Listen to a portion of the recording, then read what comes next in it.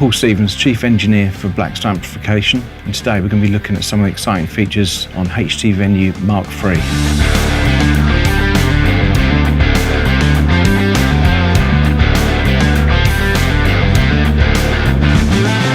If not known previously, HT stands for high tension, which is just another way of saying high voltage. We use that just to basically differentiate these products from other products which aren't high voltage, hence they run valves.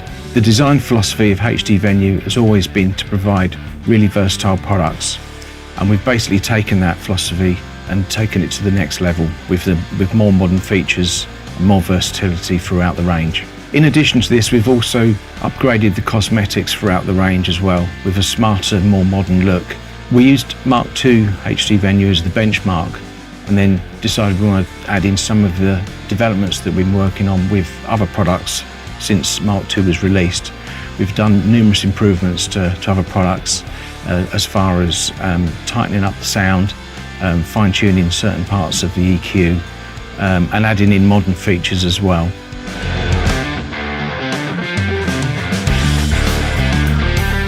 One of the major features on Mark III cannot be seen directly from the front, it's on the rear panel, but this is the addition of cab rig technology.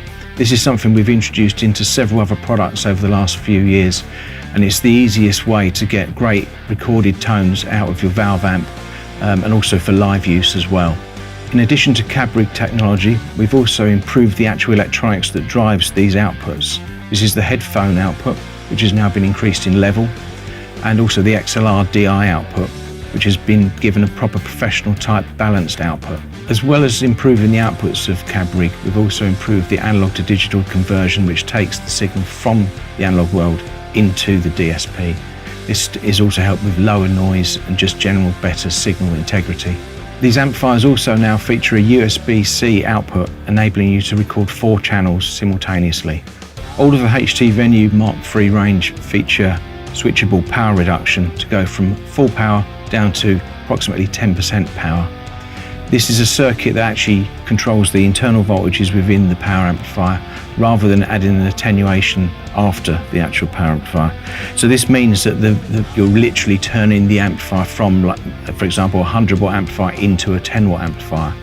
And it enables the connection between the actual valves and the speaker via the output transformer to not be messed with, because it's really important that a valve amp actually drives the speakers in a particular way to get a particular sound. Adding attenuation between these actually flattens out the sound, which is another popular way of doing it, but it just doesn't really sound the same. So this is a much more natural way of doing it to get really overdriven power amp sound at a lower volume. All these products feature a series effects loop with a switchable level to enable rack use or pedal use. The send is driven from a low impedance source, which means it keeps your effects loop nice and quiet.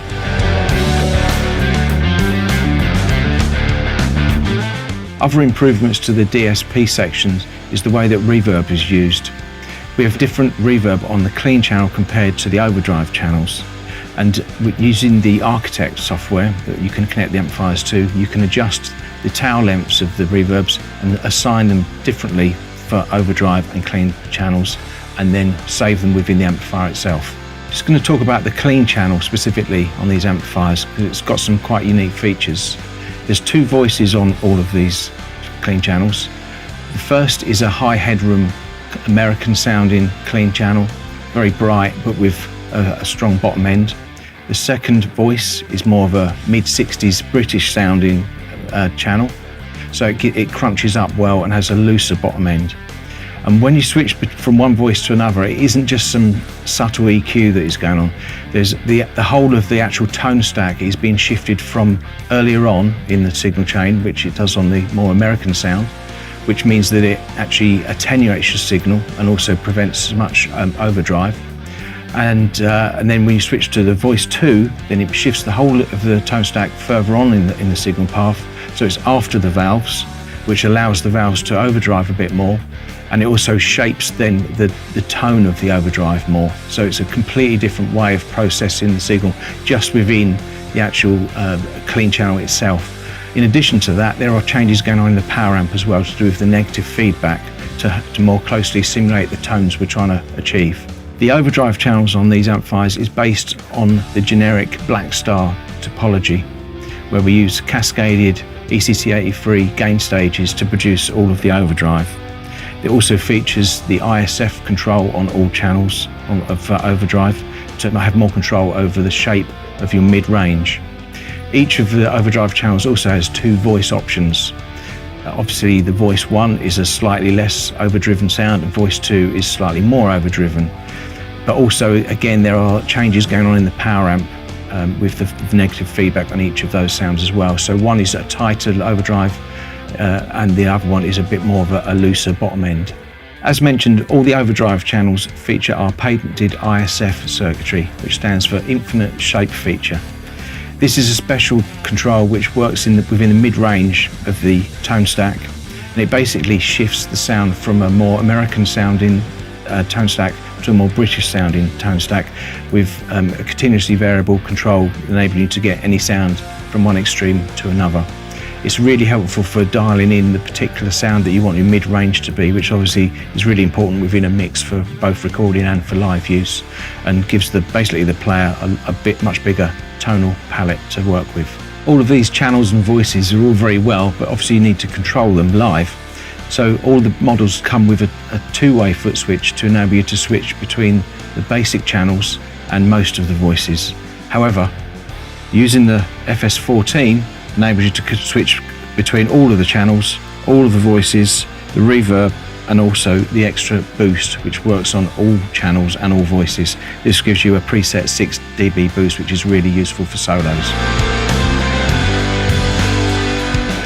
Due to the inherent safety systems built into amplifiers, whereby they can be run on standby without being connected to an external load, then any of these amplifiers can be used in a silent stage situation or for silent recording, just by using the amplifier in standby and taking outputs from the cab rig outputs, either the XLR or the headphone output.